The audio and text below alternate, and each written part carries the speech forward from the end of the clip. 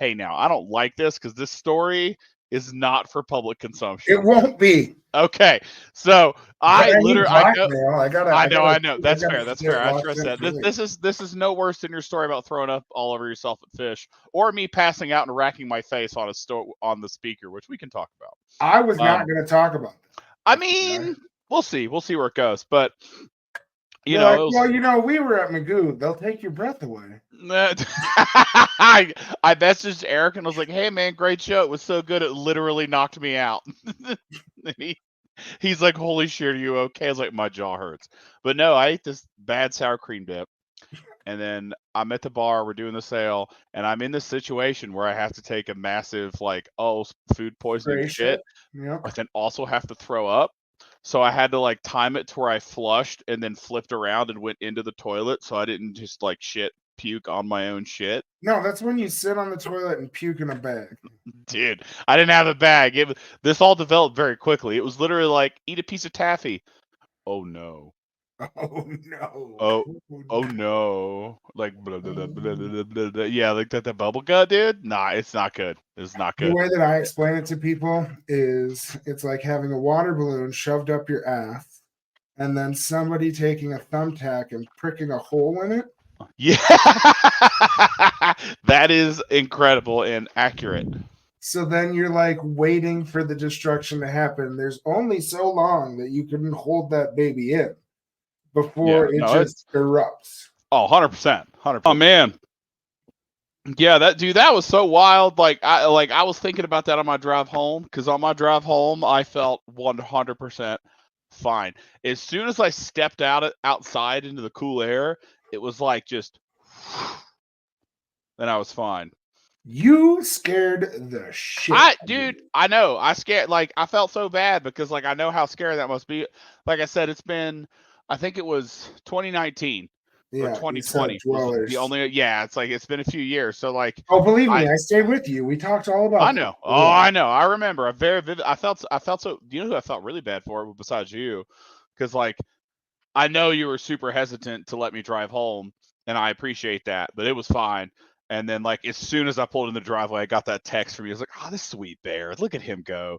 But I felt so bad for the venue. When I went in to close my tab, the girl at the bar is like, "You're the guy that passed out." I was like, "Yeah, it's embarrassing." She's like, "Shouldn't be. Fucking happens once a week when we have shows in here. It's 1,000 goddamn degrees back there." And she even said, "She's like, you haven't drank that much." I was like, "I had 2 shots and 2 beers." Yeah. I gotta find one. You gotta post it in groups. Yeah, and that's what I'm going to do after we record. I'm going to hop over to I don't know if I want to hop over into the Billie Strings group and do that or not, but the Billie Strings subreddit has a lot of Denver locals. So does the our Denver, and I need to throw that shit up there and see if we can get some of that. And I will let you know that they hate me, especially on our Denver or Billie Reddit. Strings. Billie Strings. Well, yeah, that sounds about right. Yeah, well, whatever. Fuck you! I didn't do anything to those fucking people. No, it's because it's the most toxic fan base in the world. And then let's be clear, when I say that, I say the Billie Strings subreddit. Any Reddit for anything is fucking hot trash. I'm in a bunch of Reddit. Great. It's pretty. It is. I love Reddit. If you love that, oh, me too. It's a fucking. If I could have a therapist give me a pill to get rid of the things that are bad for my mental health, it would get rid of my addiction to Reddit and Instagram, and more sometimes Facebook depends on what my mood's like. But Reddit is so bad because it's just this. I keep saying this: the smelliest turd floats to the top every single time. So Reddit is the worst about that. Yeah, but sometimes you got to call the people in to look at the turd, right? I know. Well, of course. Dude, I'm a fucking bro. I've taken a picture of a massive dump and sent it to a friend. Especially when your cell phone pictures were first a thing. It's yeah, check out this thing I did. I'm 19 with a cell phone. Look at my poop. Oh, 19. I did it 2 or 3 weeks ago with one of my kids' poops because my buddy was trying to talk about in our group text about how great of a pooper his daughter is. And I was like, bro, now all I'm imagining is your little girl taking a huge turd. I was like, why would you do that to us? So then Stella, I don't even remember which kid it was. I think it was Stella, took a massive dump. And, it was actually at Renewal Festival. Oh, how proud were you? Oh, I took a picture of it, and without any precursor, anything, I just fired it away in the group text, and I said, "Look what Stella did," and everyone was trying to comment as quick as they could to get the photo to get out of the feed of the group text, so it wasn't just a massive poop. That is fucking hysterical. Dude, that shit, it's wild. It's been such an adjustment living with two teenagers, and like I recently found out, and he'll never hear this, and I don't really care, but like apparently I was told that after some tests that one of these kids I live with has an IQ of between 180 and 190. Oh, that's real good for you. I guess it makes me feel like I don't need a lot of people in my life to make me feel dumber than I already do. And now I'm just like, oh, great. This is fucking fantastic. But the other side of that is like, he's still a teenager. So like, it's like, hey, I need you to not rip open the bottom of the tortilla bag because I can't reseal it. I need you to open it from the resealable top. Like, what are we doing here? Listen, we all spin the bread bag closed and fold it under too. Okay, that's how you do it. That's whap. Alex has me buying this organic bread, and I'm learning I don't like it. I want bread with more chemicals in it. We buy birdseed bread. Birdseed. What's birdseed bread? Oh, dude, it's got so many fucking nuts and seeds in it. It's like it's like the multi-grain whole seed protein. Yeah. That's good stuff. Just the fucking worst. She used to make us fucking eat Ezekiel bread, which is like Jesus bread, and that has to stay in the freezer, and it's just fucking awesome. The button has been pushed. Hello and welcome back, I should say, because we took a week off, didn't we, buddy? We did. We had a lot going on, and I am happy to say my co-host here now has a day job. Again, a real corporate like corporate Cody's back in action. Does this mean you have to wear closed-toed shoes? I do. I wear dress. I wear dress shoes. Oh, I wear dude. Pants. I wear pants. They told me I didn't have to cut my hair or shave. So I'm good with that because I don't need to be chubby baby face Cody at 39 anymore. No. The extra layer really helps make me look young. I think I feel if I ever get the male pattern baldness for my beard, it's over for me because just one big meat circle. I look like a summer sausage, bro. Yeah, no. So I mean, I got a good offer. Took a job, got back into doing something that I was doing a decade ago. But you are correct. So we've had a lot of shit going. My job is not the reason why we took a week off last week. No, of course not. But what I wanted to talk about, and I'm sure people are getting sick of it, and we will be done with this, but as sick as you are of this shit, there are still so many people that are impacted by Hurricane Helene. And I think, what did I just tell you? $2,675? Yes. So we raised $2,675 on the first wave of our auction. So number one is an apology, because I truly believe that number could have been more had we not had so many fucking technical issues with the auction site. And just so you know that we're not just fucking idiots, it was a third-party app that we utilized that was supposed to help us track the auction items and bids and things like that. And it was the quickest way for us to get something up. We had a fuck ton of issues with it, whether it was coloring, whether it was accepting bids, getting emails, getting things out. I've reached out to all the winners.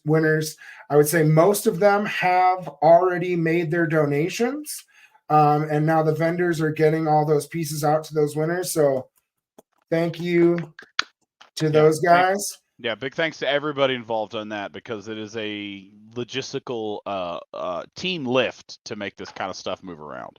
I mean, it was no joke, right? Like, I know that the kid that ended up buying our Billie Strings Halloween ticket and hotel, man, I was text messaging back and forth. He was Instagramming me, which was also a problem because I'm like you. I don't have the Instagram addiction, so I'm not on there unless I need to be. It's just not my thing. And I know that we need to use it more to promote, but he was sending me messages like, bro, here's my cell phone. Just text me. So like the hotel was paid for under the original person's name and he couldn't check in. And then there's special check-in links that were text messaged to the original like all this fucking shit, all this stuff has happened. But we have gotten through wave one, which is amazing. Now we can officially say, because this is going to air on November 4th, that our next event has been announced. It is official. It scares the shit out of both of us. The amount of anxiety I have about this is unrealistic. Like it is, or not unrealistic's not the word. It is disproportionate to what's going on. But like you're right, it's a thing. Because for me, I don't want to put words in for you, but for me, like I don't want to feel like I let people down, right? Exactly. So we have. I don't want anyone to feel like their time's been wasted or that their money isn't going to a good cause.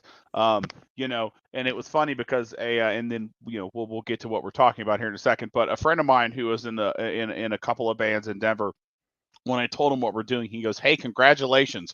You're going to be unable to sleep until the second band takes the stage and there's people enjoying themselves."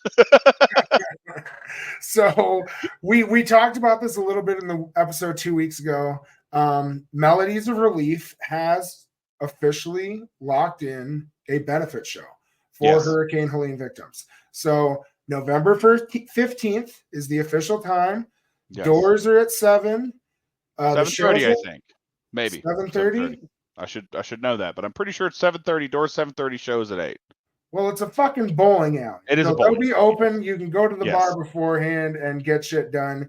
The shows will start at 8 o'clock. It is at 100 nickel. This is a bowling alley. It's a venue that holds up to 250 people.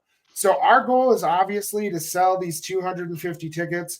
I don't think realistically, I mean, I might be pleasantly surprised. I think we may sell the tickets and we may not fill the 250 people in the room. Yeah. I know, here's the big thing, November 15th, for all my Denver folk.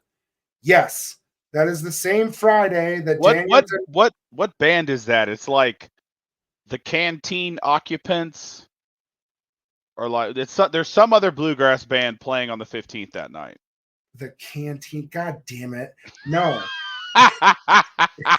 I'm so sorry. You know what? I'm not sorry. Fuck it's the Cochina Hombres, okay? That's the best one. That's amazing. I'm sorry. Okay. Anyways, continue. It's the Kitchen Dwellers. Yes. And Daniel Donato. It's their 3-day run. To be honest, Friday is their show at Cervantes' other side, which is very limited because their next show on Saturday night is at the Mission, which is also very close to being sold out. I think that's like 4,000. I think Cervantes is like not even, dude. The Mission's like 3,500. What is Cervantes like? 2,500? The ballroom? Yeah. The main ballroom is around that. The other side's like 300. Oh, it's only Cervantes' other side? My understanding, and I was actually having this conversation during the Magoo Halloween show between bands, is that originally it was other side, the ballroom, Mission ballroom. But I don't know. They may just be doing 2 nights of the ballroom and then the Mission now because it's Denver. Either fucking way, there's overflow, and there's gonna be people that can't go or don't have 3-day tickets that can come and now support. So we are having the event is called, is it Bluegrass and Bowling or Bowling and Bluegrass? Bluegrass and Bowling. It is Bluegrass and Bowling. So it is on, the stage is literally on a lane in the middle of the bowling alley. We have a bunch of great discounts and deals for you guys on food, beverages, bowling, all that stuff. Our tickets are $15 pre-sale, $20 at the door.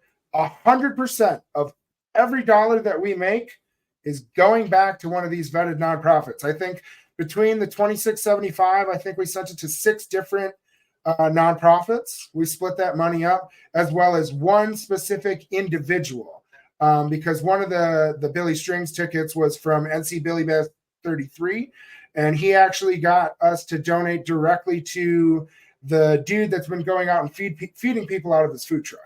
So hell yeah. That was super cool. That kills me. What is his name? I cannot remember it off the top of my head, but he's a fucking hero. I don't know either. And to be Yeah. perfectly honest, this is why I needed to take a week off, because Yeah. between communicating with people, trying to get the fucking website done, trying to get, oh, dude, every day I had multiple people emailing me or messaging me about bids that weren't getting accepted, which is why I apologize, because Yeah. fuck, like it was so frustrating. As frustrated as you guys were, we were even more frustrated. So I wanted to let people know we were having a second wave of the auction, but because of all that shit that has been going down, what we are now shifting and pivoting to is that auction was supposed to end on Friday. What we're going to do is we're actually going to turn them into raffles. And we're going to raffle these prizes off live on the 15th from the event, so we can sell tickets at the event. You guys will be able to buy tickets online for all these items. So there's Rocky Grass tickets. There's another Mishawaka yearly pass. There is Jared got us a $650 Never Summer Breckenridge snowboard. So Ooh, that's yeah, dope. some good shit. There's some art, there's some more posters, there's some other stuff. But what we're going to do now is we're going to either sell $5 or $10 tickets, or even a single dollar for some of these smaller items. Sell multiple tickets. We're going to put all those names in, and live on the show in between bands or whenever we get up there and do the dog and pony show, we will pull live winners. And I personally feel like I talked to you guys about this. I think that we'll raise more money this way. It's been really hard to get enough people with the auction to actually get bids in and Yeah. to get those funds secured. And to be perfectly honest, I would love to break $7,500 in donations, just from Melodies of Relief. I know that we've already gotten close to that with our um, working with Highway Prayers for Appalachia, because we actually got those banners up at Billie Halloween. So there was a huge pre-show party at Craft Union Brewery in Baltimore, and one of the dudes in one of the Billie groups, Jason, he's a great dude. He actually is in radio, and he bitches about our audio quality, and told me that he'll help us fix that. So Yeah, that I mean, hey, it's a process. we're fucking learning, bro. We're Yeah, yeah, learning. yeah. But he was dope. He hooked me up with somebody at the brewery. I got the banners from Orion in Alabama. I got a couple of them sent up to Baltimore. So they were hung. We were getting more donations. It was actually just left of the bar. So a lot of people were seeing it. We were getting more donations. I know that Jason, after his pie eating contest, actually promoted it and said, hey, go and click there. It's super dope because this guy had reached out to me, and he's been doing this. He's a Maryland local, and he's been doing this event for a while. And he actually raises money locally for a Baltimore nonprofit that teaches kids music that aren't capable of purchasing lessons for themselves. So I was like, bro, I don't want to take away from you raising money for your event. And this dude had such a kind soul. He's like, I love what you guys are doing. And I just want to continue to help those people of Hurricane Helene. So it's been super dope. What you talking about, Willis? Chris Willis, he's been a fucking gangster. Robert McNamara, Dennis Yepitz, those guys have been rock solid and continuing to help us and continue to help us. But so it is official. We have Magoo headlining. We have Mighty Holler playing in the second spot, and we have Strings in the Box that's going to be opening for us. What's super dope is Dan and Strings in the Box are actually having an album release party in Denver, November 9th, I believe. Check And so, that shit out. yeah, that's a Saturday show. I don't want us to get donations from that. Those boys need money to pay for their albums and stuff, but they donated their time. They're going to come up the following Friday and play for us. So super stoked to see them. We actually got a poster and some social media stuff made. You can talk a little bit about that.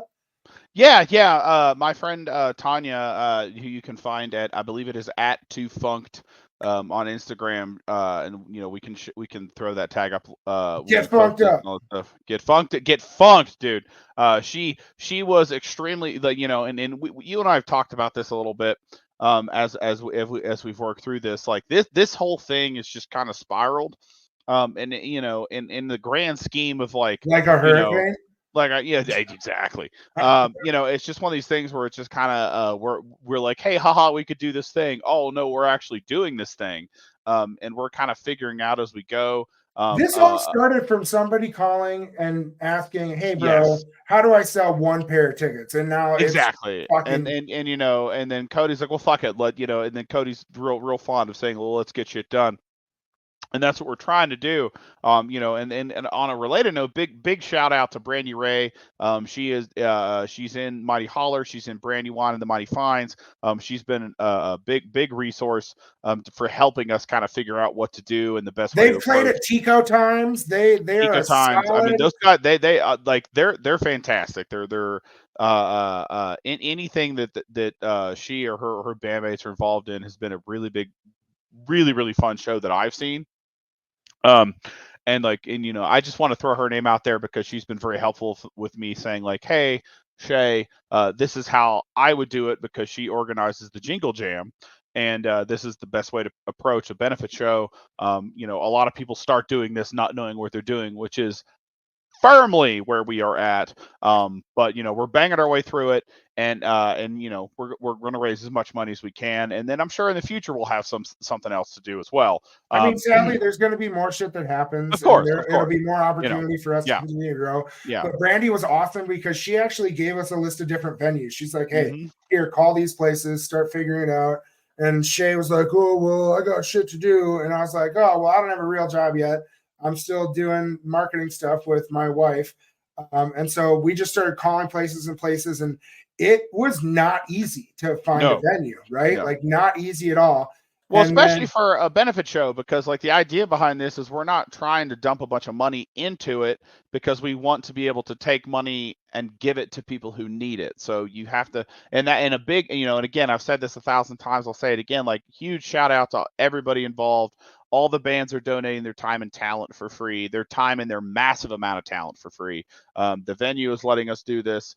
It's kind of just all kind of snowballed into something. So, and that's why. bear with So, us. so what happened was we were trying to call these places. Brandy had given us some names, and we couldn't really lock down a good date. And so, as you guys know, I had gone up to Fort Collins, to the Mishawaka, and I interviewed Dan Mladnick, who was actually one of my former roommates in college way back in the day. And I thought the dude was just the booking manager. And then I get up there and he's like, "Oh yeah, I got rid of Hodie's half note in the building and I bought in as part owner of the Mish." I'm like, "What the fuck?" So I called Dan and I was like, "Hey, bro, here's what we're dealing with. Do you have any buddies or what you can look at?" And the other owner of the Mishawaka actually owns Chipper's Lanes.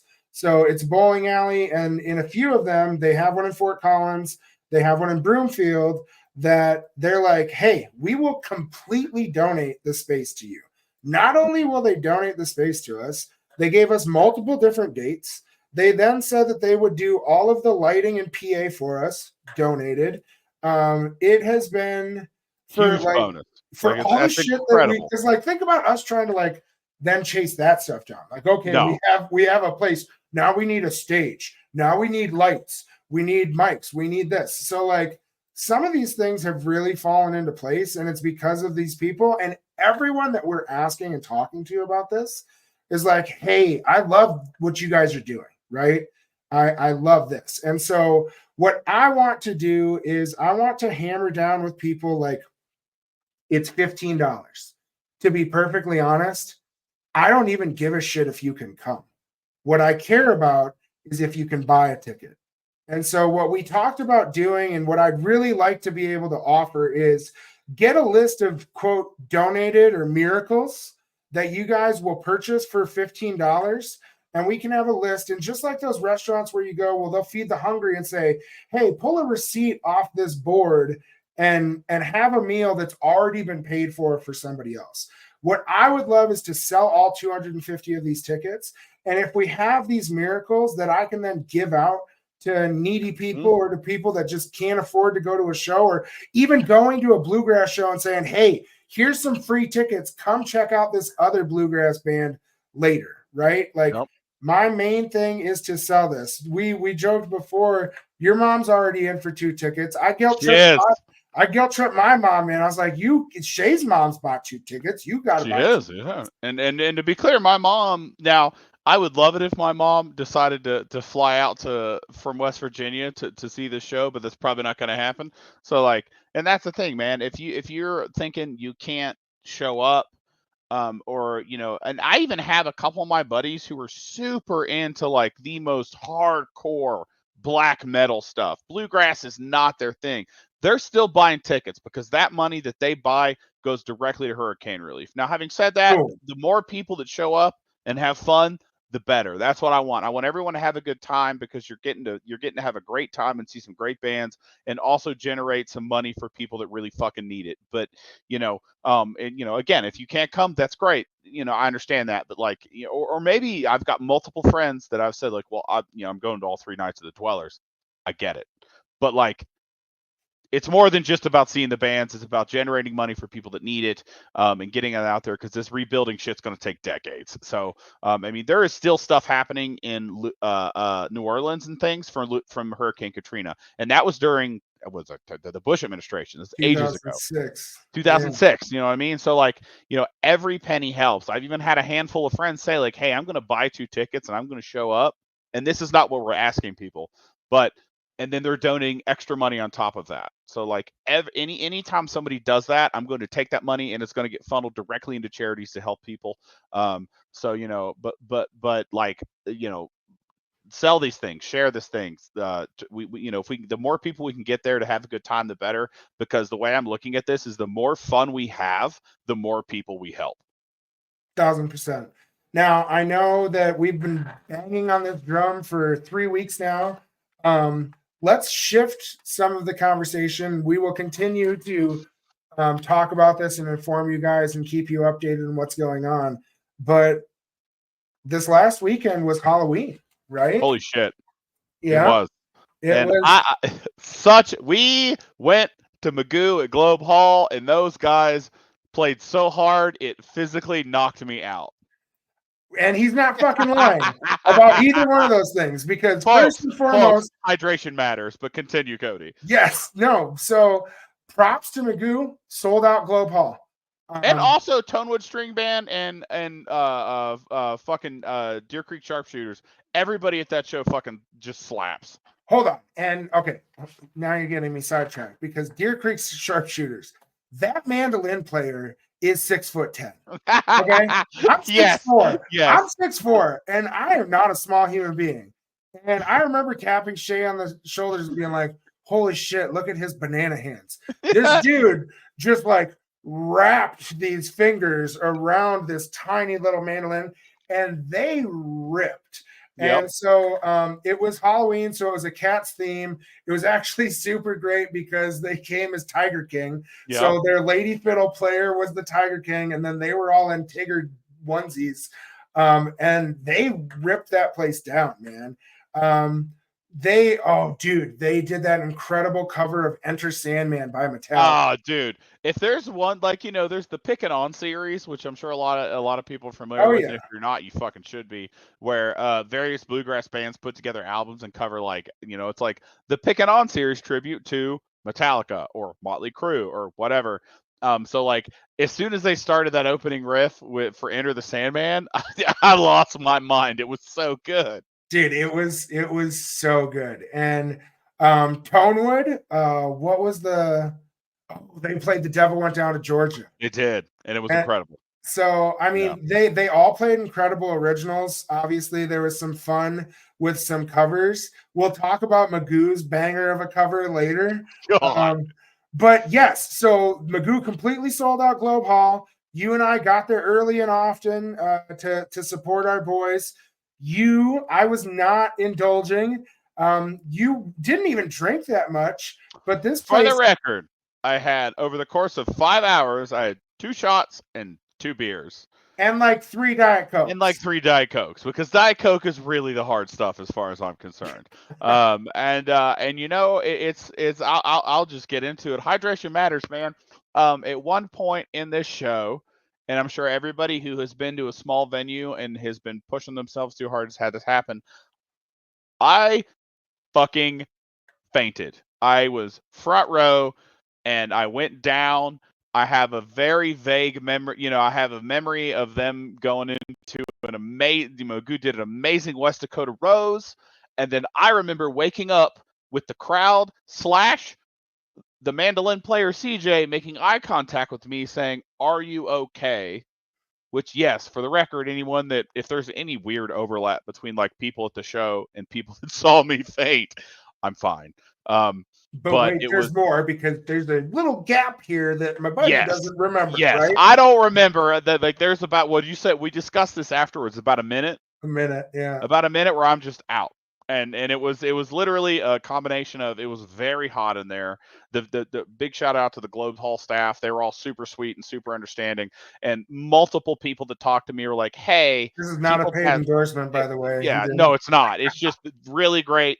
People they were very understanding because, like, I pride myself on, well, I'm a big tough man, but like to pass out in front of one of your favorite bands, in front of a whole crew of people at the front of the show, and to be clear, I fell and racked my jaw on the stage or speaker. They have 3 big bass speakers at the front of that. If anyone that's familiar with it, and it's still a little sore, but I'll be okay. Yeah. That's why I say hydration matters. The last thing I remember is thinking, man, this is a really good this is a really good version of West Dakota Rose. It is really hot in here. I am dizzy. And then I remember waking up on the floor. Bro, And I so scared the hell out of my boy Kodi here. I'm sorry. I'm it's sorry to all anybody good. else. I love you, buddy. But so what happened was West Dakota Rose was an absolute banger. They stopped. Shay's leaning on the front speaker, and I see him, and he looks like he's just gazing through the world, right? Like a million-mile stare. And I'm like, hey, No. buddy, are you okay? And he just gave me like a, yeah. And I was like, oh, maybe he's just fucked up. I didn't know how little or much he had drank. Cortland, the mandolin player, who's usually the front man of the band, because it was Catterday, he wanted to do a meow call. And so what Saturday on a happens, Friday, but we'll yeah, skip that. I bitched about that a lot, but that's okay. It's That's it's okay. hard. It's hard for them to figure out days of the week. So Cortland's up there and he's counting, and then he's like, "All right, meow," and literally, like they could not have timed this any better. The meow happened, and the light switch went off on Shay, and it was just timber. Racked his chin, fell over. I'm slapping the shit out of him, trying to. If you've ever been around somebody that passes out, it is literally like motherboard goes off. Yeah, Like, it's a scary because I've had friends do that where it shows where like, hey, it's like a music festival. It's August. It's 110 degrees. You've had like 1 glass of water in 3 days, and you pass out. It happens to the best of us. That it is a very scary scenario. it And was. It was freaky. And so my like bad. so this obviously he's on the ground for a second. People rush to him to help. I'm trying to slap him awake, and then he Frankensteins, rises up, and he's like, "It's hot in here. I got to get out of here." And I hear Cortland on the stage goes, "Well, I guess we meowed a little too hard." And then I'm like, "It's okay. I'll go with him." And so you're booking it to the back, and I'm just walking with you to try to get you out. The staff was great. They didn't know if it was drugs or what it was. They got him sugar because for people that don't know, that can usually help you if Yep. it's a diabetic thing or whatever it may be. Then they got you water. They got you a wet rag to put it around your neck. And we just hung out for the rest of the show. There's like another 4 or 5 songs, but we had been there since 7:00, doors open, and had stayed the entire time. What was funny was we had actually met another guy down there that we hadn't really hung out with before, like individually like this, Tyler. And Tyler had like He's gone got to some the, wealth building prospects, man. oh, dude, don't worry. We're going to talk about that in a second. We're going to enjoy that YouTube video. Love you, buddy. Dude, so Tyler goes to the bathroom, and obviously Shay and I are ginormous. Tyler is just as tall as us. We were making jokes about how people were so pissed that we're right at the front and they have to look through the 3 of us. And he's at the bathroom, and this is when all this Shay shit happens. So he comes out of the bathroom, goes and gets a water because he's hydrating, and another beverage. And then he comes back to our spot right up at the front, and he said he's like looking around, he like doesn't see us, and he's like, well, I know they like know these guys, like they wouldn't like just like leave out of the show early. And he like texts, he's like, did you guys dip out? And then I was like, oh fuck, you did not see, we're at the front. So he came out, we hung out, we just wanted to make sure you were okay, buddy. And obviously it's super scary. The staff was amazing. The band was super cool. You all your shit was at the front. So like we had to go back in, and all we cared about was that you were okay. So hydration does fucking matter. It matters. Shay had made some comments, and I was like, bro, as long as you don't get mad at me now for fucking constantly asking You're gonna be up my ass about if that you shit. drank water. That's Yeah, fun. like you're gonna fucking sweat on me all the time, then I can at least like give you some water. So like, absolutely. you were in your dress shirt. You even at one point were like, man, I wish I brought my rag for your fucking sweaty head, right? So like it was hot as fucking balls in there.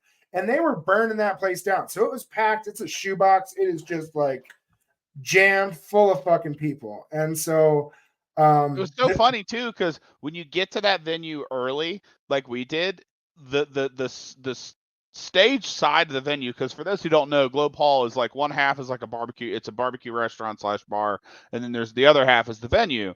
But the other half, if you get there early, it is actually chilly in that room.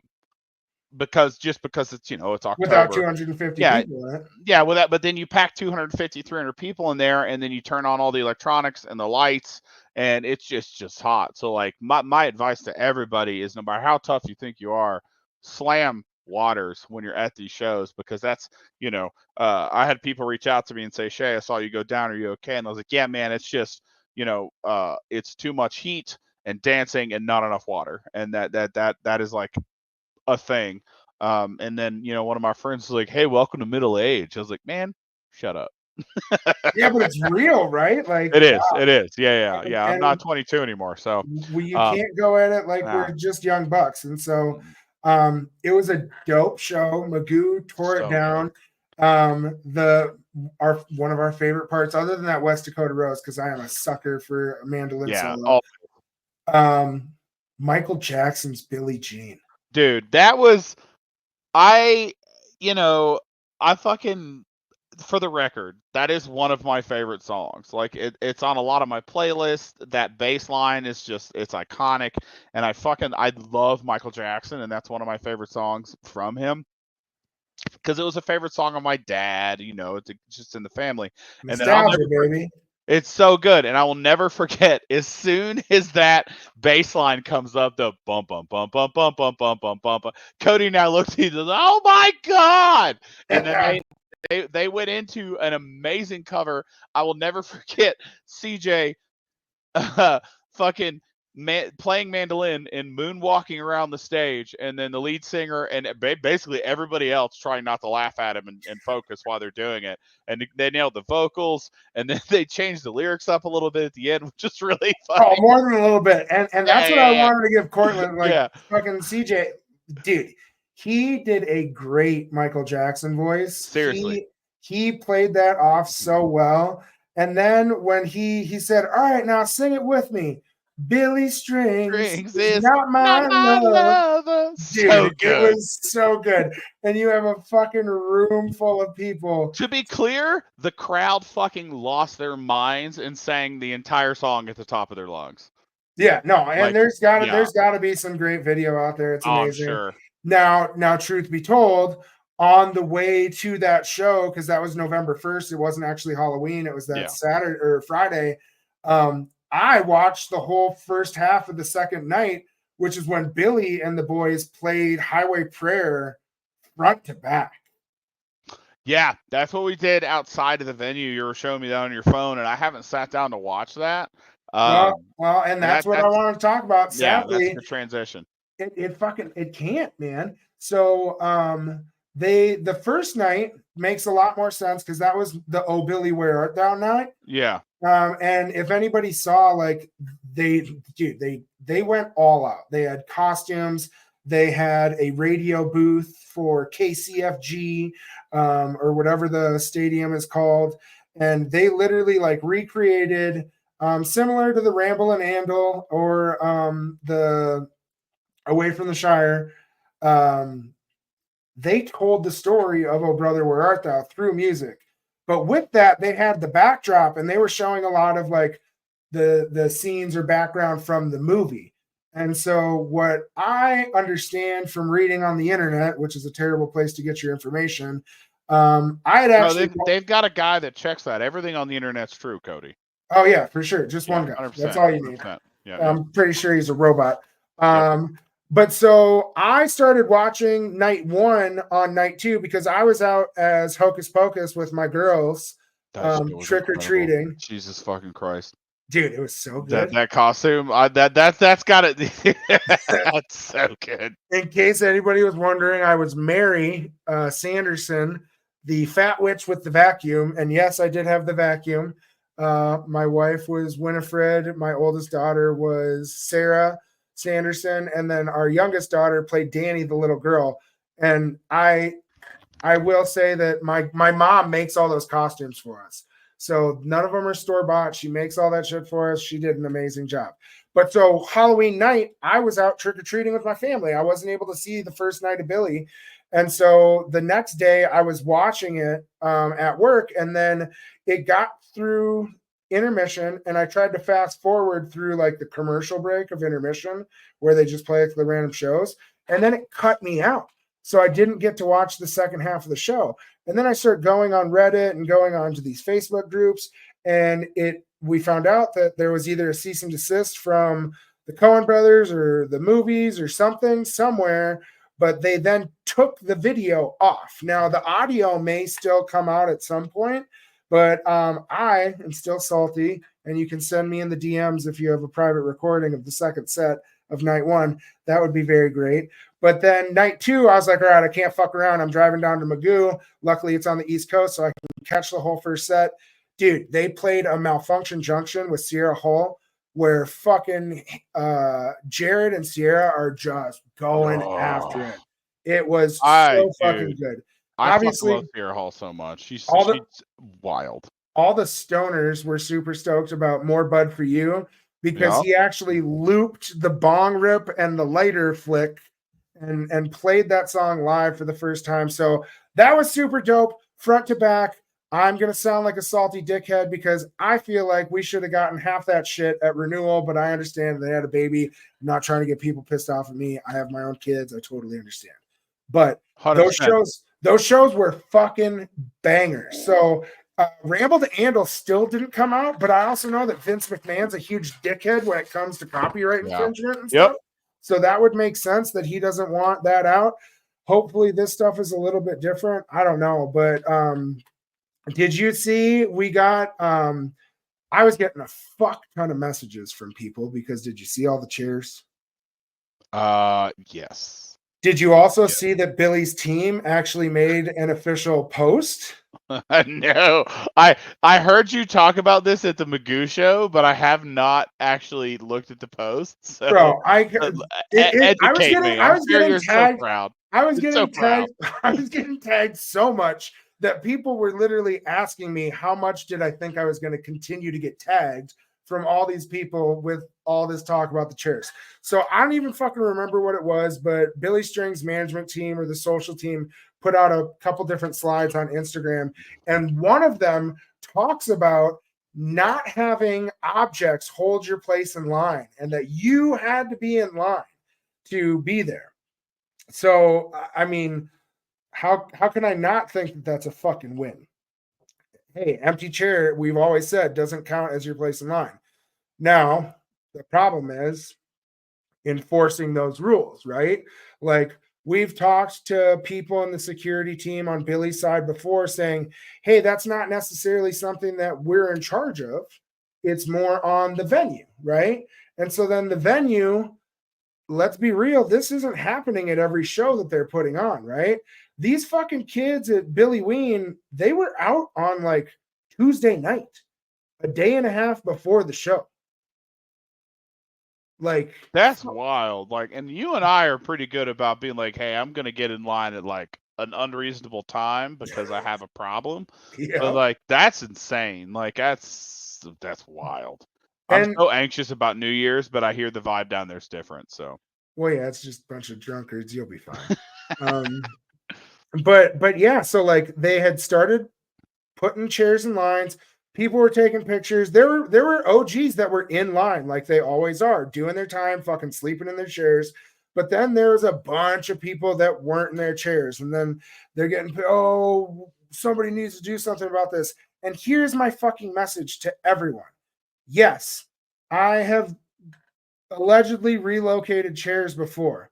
Okay. It doesn't have to be me that does it.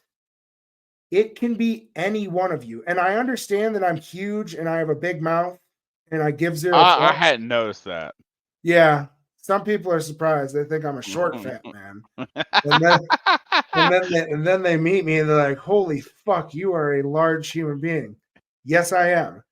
Take that fucking energy. And first off, what I'll tell you is it's a strength in numbers. If there's other people sitting in that line that are waiting behind empty chairs, band to fucking together and all of you move forward. You don't have to throw chairs. You don't have to be a dick, but we do not need to let this continue to happen. I actually got messages from people saying that Billie's team was going to go and move fucking chairs. Now, Billie's team, not realizing how crazy people were, they went out there like a half an hour before fucking early merch. Well, guess what? That's too fucking late. Yeah. Right? Because everybody's going, oh, half an hour before merch. Yeah, I got to show up. Me and my 17 buddies got to go get our spot. If you showed up at like 8 o'clock, and this is where I'm going to come back to the lottery system, handing out numbers at a random time to the people that are in line. Because then the people that are there, the people that are sleeping there, they get a fucking number. And now they can come back at 10:30 and just get in line where they deserve to be. The people that weren't in line have to come back and get a number and they go back somewhere fucking else. I hope that someday that's where this gets to. But what I hope even more is that instead of people fucking tagging me and saying, oh, bro, we need you, the hero, we fucking don't, dude, be your own fucking hero. Move the fucking chairs yourself. Band together with the people in our community. We all think this is bullshit. The only people that don't think this is bullshit are the ones that's taking advantage of the rules, right? And they're just laughing at you and mocking us by saying like, oh, well, it's not a big deal. What does it fucking matter? Okay, well, what matters is this may be your home show and you really wanted a foil or an uncut. Well, guess what? You don't have a fucking chance because of the shit that's happening at the front of the line. And now you're going to have to go. People were bitching about posters going on for started at $30 or $35 and we're selling for $250 online same day. Like, I understand the hustle. I respect the hustle if you're actually fucking hustling. If you're just taking advantage of the rules, and to be perfectly honest, taking advantage of the people in line that aren't willing to stand up for themselves, then what are you supposed to do? If you're letting them walk all over you, if you're letting them put an empty fucking object in line to hold their spot, then they're going to continue to do it. Until we stop, it's not going to fucking change. Yep. I mean, it's and it's also that kind of the factor of having, this is like the upswing of it. If it's just like you and me, or our buddy Chuck, who was actually there at the birth of Billie Strings before everybody even knew he was going to be good at guitar. We've been going to these shows for a while, and it's wild to see the like upswing now, because you'll talk to these people that are like, oh, I've been going to these shows for like 2 years, and I'm like, oh, I've had an unrealistic obsession with this person since 2017, 2018, and it is just, and I'm only saying that because it is wild to see how things have changed. Do you want to know what fucking kills me? It just even in just the last couple of years, like basically since what, COVID, a little bit after COVID, The Billie fans that don't know Bluegrass. Yes, and I mean, and that's now I will say, I'm going to play devil's advocate here on that, because if it's one of these things where you listen to these albums and you say, oh, this is really interesting, what else is out there? Because like there are a lot of artists I've discovered from going to these concerts and listening to these albums and hearing these covers and going, oh, that's not an original song by insert artist. I want to Google 1,000%. it. I talked Different. about mine with Yonder Mountain String Band and Jeff Austin playing John yes. Hodgson. We've talked about this before. Right? Yeah, yes, absolutely. We talked about that then, before. But like, so you're at a Billie show. Go learn who fucking Doc Watson is or Blaze Foley. Go and check out some of this. When somebody commented on night one, because when I was trying to find the video for it, somebody had commented like, "Oh, great show. I really hate the gospel stuff. I'm an atheist and blah blah blah blah blah." And I was like, "Bro, do you know where Bluegrass was born from?" Yeah, it is a yes, that is part of it. That's part of the history. That's part of the DNA. And like you'll go to Bluegrass shows. I think even Billy Strings has done this before, where they'll say, "Hey, I'm not a religious person, but we're going to do an a cappella version of this old gospel tune because that's where a lot of this shit comes from." And it's fucking beautiful. And I know you and I have been there, and we've fucking right? I'm not an overly religious person. I'm hoping that the choices I make end up not fucking me too hard in the next life, however that may work out. Did you see the light in Magoo, or was it just No, it didn't come close. Oh, yeah. The pearly gates. They said we don't have room for these wook yet. No, you're done. You're fine. God damn it. You got a whole bunch of other. Send him back down. Let's go. Yep, you didn't hit your head. You just hit your face. So like, get up, go outside. But yeah, it's part of the history. I mean, this shit, a lot of this shit comes from like old revival stuff, and And honestly, I think that would be a dope episode for us to do in the future. Is like, hey, you're just getting into this genre of music. Maybe we should bring some of our favorite like traditional old like a bluegrass foundational episode, right? Yeah, like, hey, listen to this episode, learn about some of the lineage, about the Stanley brother, about Doc, like about absolutely. Not that like I'm holier than fucking now, no. Like I think that, and we could even find somebody that's way smarter than us that can kind of tell us about some of these regionalities of bluegrass. I think that would be a dope episode. Yeah, that's a good idea. So if anybody out there is listening and has like a good foundational episode or understanding of bluegrass, you want to come talk about it, we'll have you on. And it's this is I'm from West Virginia originally. This shit goes deep, and I love being like, hey, did you like that insert awesome song at some modern progressive bluegrass show? Check out this weird twangy shit from the 20s, because that's where they got this from. That's where this song comes from. And we've had this discussion before. Even Pretty Daughter, which is one of the songs that Billy Strings plays and crushes, like that's not. I've gotten into arguments with people being like, that's not his song. And they're like, well, yes, Jeff Austin. I'm like, no. Bad Livers. Yeah, Slewfoot's a great example. Yeah. I've got all these old vinyls that have that on it, like bluegrass comedy records that have Slewfoot on it. Like that shit is incredible. But that's what makes these shows so much fun, is because you'll hear the song and you'll go, what the hell was that? I know that's not on any of his albums. I wish I could remember there was a song that Leftover Salmon played, and they're like, oh my god, I can't believe that's a Leftover Salmon song. I was like, oh my god, it's not even fucking Leftover Salmon. No, of course not. Yeah, and that's what makes these shows so fun. And I tell people, like, you go to a 3 or 4 day run, and you're not gonna hear the same song twice, and you're also gonna hear renditions of, at Renewal, Mountain Grass Unit did, which makes me feel old as shit, but they did some classic covers of fucking Nirvana and Stone Temple Pilots.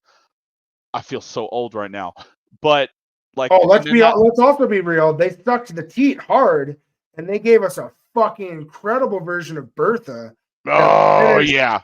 I know, big Grateful Dead fan over there. Yeah, massive Grateful Dead fan. Yeah, but they fucking burnt that tent stage down with that rendition of Bertha. That was real nice.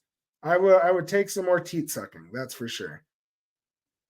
Yeah, it's but I mean, that's what makes it so fun, is that there's so much history, and there's so much stuff that goes down so far. And if you want to, roll yourself a fat goat leg and smoke it down, and then go down a wiki rabbit hole of bluegrass history, it's easy to do because it's all over the place. And you'll have, it's so funny, like fucking oh God, what's his name? The lead guitarist for Mastodon. Brett Hines, is that right? I think that's right. My brother's the hard rock fan, not me. Yeah, but my point is, he got into music playing banjo.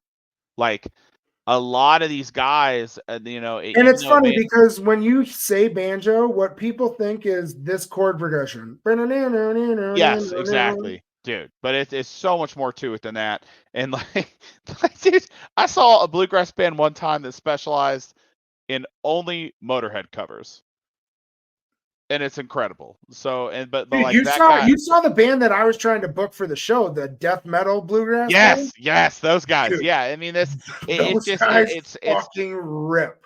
dude, and it, you know, and there's, you know, and it's one of those things where it's just like there's so much history and so much talent there that like you can always kind of trace it back.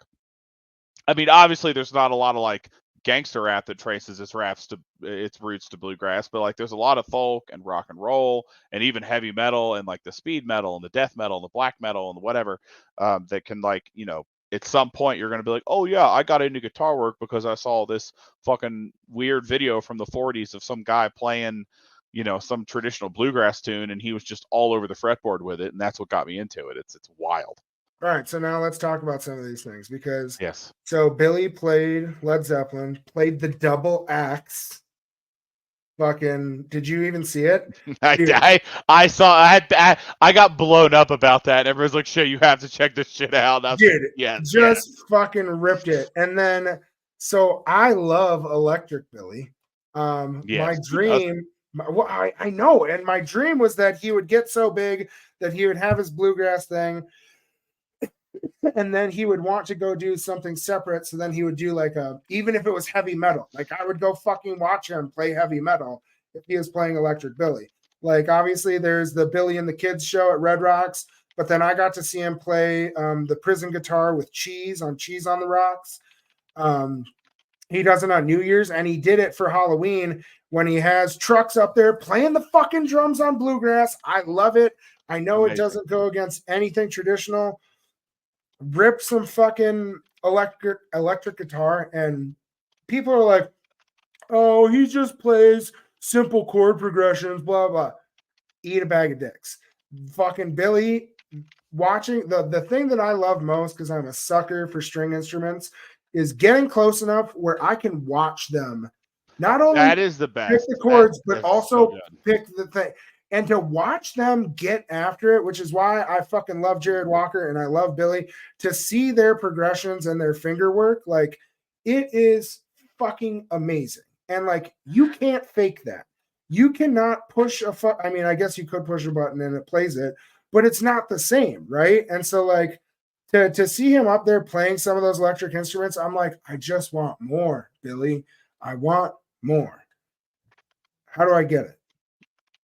Oh man, I feel like it's only a matter of time before they, or he specifically as a solo thing, releases some sort of more like traditional electric rock album, something powered, something, you know, plugged in, whatever. I mean, because his background as a guitarist, I think he got started playing in like metal and punk bands as a kid. So like I wouldn't be surprised to see, or him just like say like, hey, here's this other band. You know, the rumor mill for ages has been that him and Les Claypool are putting something together. So like it could be something like that. But I mean, we heard that they made an album together. We've heard all this shit, right? And it's like, wow, fucking, how do I just give it to me? I want it, right? I want to figure it out. But that's what's kind of cool is so like, and this is something else I wanted to talk about with the progression of bluegrass. So Highway Prayers was the first bluegrass album to become #1 on charts since the early 2000s when Oh Brother, Where Art Thou soundtrack became the #1 album. And for me, what I was wondering is, because like obviously with Ticketmaster now and his new deal, when you go to look up with Billie Strings, he shows up under country, right? He shows up under country. He just did that Carolina show, the benefit show, with a bunch of country musicians. So do you think that he's more likely to go rock or more country and try to fill out more stadiums? Because like you look at some of these country musicians, they're playing coliseums, not just arenas, right? Yeah. So, Based on the vibe from the last album, I would this is funny. I was talking about this with a friend the other day. I would expect it, like, ideally it would be something in between. So, like, you know, something like Leonard Skinner or as my friend put it, Kid Rock but good. You know what I mean? Like some sort of country, like southern rock album, but like the last, Highway Prayers definitely has a couple of tracks on there that have like a more country, like, and when I say but country, it I don't also mean has like, like a poppy feel too, right? yeah, Like it does, it does. I don't know. Hillbilly That's and yeah, fucking yeah, Stratosphere Blues, like yeah. those are some produced stuff. I Believe in You, like, yeah, that all Yeah, is very, very produced, and so like it could go either way. If I had my way, they would have their like very traditional bluegrass thing over here, and then he can, and I'm sure this is where it'll end up going at some point. He'll just go over here. Well, they already do this. Billy Failing has Billy Failing Band, but go off here and do your weird thing, whatever you want to do. But I just want you to come back around and give me that sweet, sweet, twangy bullshit that I love so much. You know what I for mean? sure. Yeah. Yeah, no, I'm super stoked on it. Everybody bitches about like, oh wait, hold on, but that's we have to get back to. So everybody bitches about the scene and what's going on, the empty chairs. So did you hear about the fist fight that happened in line in early merch? Two dudes started fighting each other When was this? at Billy Ween this last Okay. weekend. No, I have not heard about this. That is wild. Yeah, man, fucking Jeremiah. You remember Jeremiah that was here for the Smiley interview? Yes. His wife was getting hit by those dudes What? because she was literally right behind them and they were fist fighting and they were hitting her. Like just fucking pure chaos. And then I'm pretty sure there was another incident. I want to say it was like a knife incident or something else, but it was fucking crazy. And then I saw some fun pictures from Goose. They had their Halloween show in Miami, and some Spunion was trying to yell on stage saying that he needed to be on stage with the band to play an instrument. And security's like, what the fuck? And then he jumped the fence to try to jump on stage, and they fucking took him down and arrested him. That's wild. I hadn't heard about any of this bullshit. Dude, the internet, it will teach you all the ways. All the ways.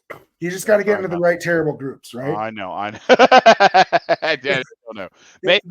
Maybe after the election, when my stress about that's gone, I can dive into this bullshit.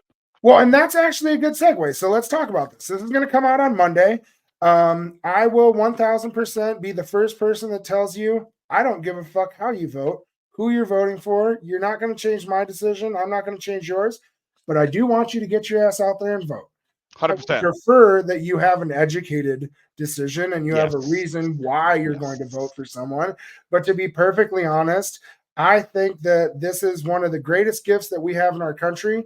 We all want to bitch about it, but I truly feel that if you're not part of the political process, like voting and having your voice heard, then what the fuck matters? And it kind of goes back to the chair thing, right? Mm-hmm. Like if you want chairs moved, but you're not willing to move them, if you want a president, but you're not willing to vote for one, fucking get it together. Get out there, find your place Tuesday.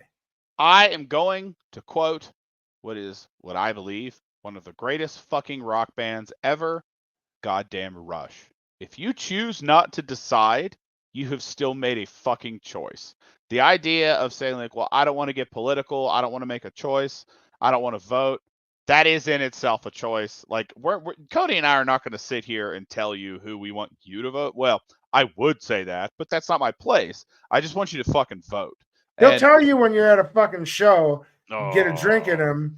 He won't stop. Listen, sorry, I don't support fascist goobers, but the point is that you fucking vote. Like again, like just fucking vote, man. Like I'm not gonna lie and say don't care who you vote for, but I am not going to tell you who to vote for. I do not care who you vote vote for because the more people that vote, the more balanced our answer will be. That is the correct, logical, not emotional, non-asshole version. Listen to Kodi. just go fuck. Which I'll never say that again. Listen to fucking vote, people. Like, just get out But there. here's what I also wanted to tell you is, be an educated voter, right? Yes. Because it is very fucking confusing. They do not make it easy. The presidential election There's a lot is of the bullshit out there that's just it not is true. so much polarizing, right? Yeah. But yes, okay, that's president. That's one thing. That you're going to have all of the individual seats where, depending on where you live, you may have a governor that's running up, the House of Representatives. All these seats are up. The biggest thing is understanding constitutional amendments within your state, what people are trying to pass locally, and then the biggest thing and the biggest impact on you directly in your neighborhood is your fucking judges. And I will tell you right now, the quickest thing that you need to do is Google your ballot in your county. They will give you a test ballot, and then go Google the questions. I will also tell you that these politicians specifically make the language in these voting descriptions so confusing that you don't know how to properly vote. Because the way that they phrase it, whether it's a double negative or however they're putting the information out there, you may think that your yes means something when really the way that you had to vote was meaning no. If you're seeing that for the first time in a ballot box or in a voting booth, you're doing yourself a disservice, because now it's a fucking flip of the coin of whether you understand what you're voting for or not. Take a couple minutes, Google that shit, be prepared, know who you're going for. I am not the type of person that sees a party line and goes down the middle. I personally hate the fucking two-party system. We're not going to get into politics. I will plug Shay's political podcast that he will someday have me on as a guest. And then we can go over that together then, right? But this comes out Monday. Get your asses out on Tuesday. Go and vote. The other thing that I absolutely need you to fucking do is, I don't give a shit about sharing this podcast. I don't care if anybody listens to it or not. I want to sell these fucking tickets to Bowling 100%. and Bluegrass. Yes. Bowling and Bluegrass. We sell digital tickets. We have paper tickets. We will bring them to anywhere that you need us to do. Message us. We will make it happen. If you need to send me money on Venmo, I will have the ticket for you at the venue. That is fine. The more people that show up, the more people that buy tickets, the more we are able to help. Buy tickets for people that can't come. Yes. Gift miracles. Even if you're just making a donation, $15 is less than 2 drinks at any fucking show that you go to. Any show that you go to. But that $15 can drastically help us get food to people that need it, get them supplies, continue to help rebuild this area that has been disheveled.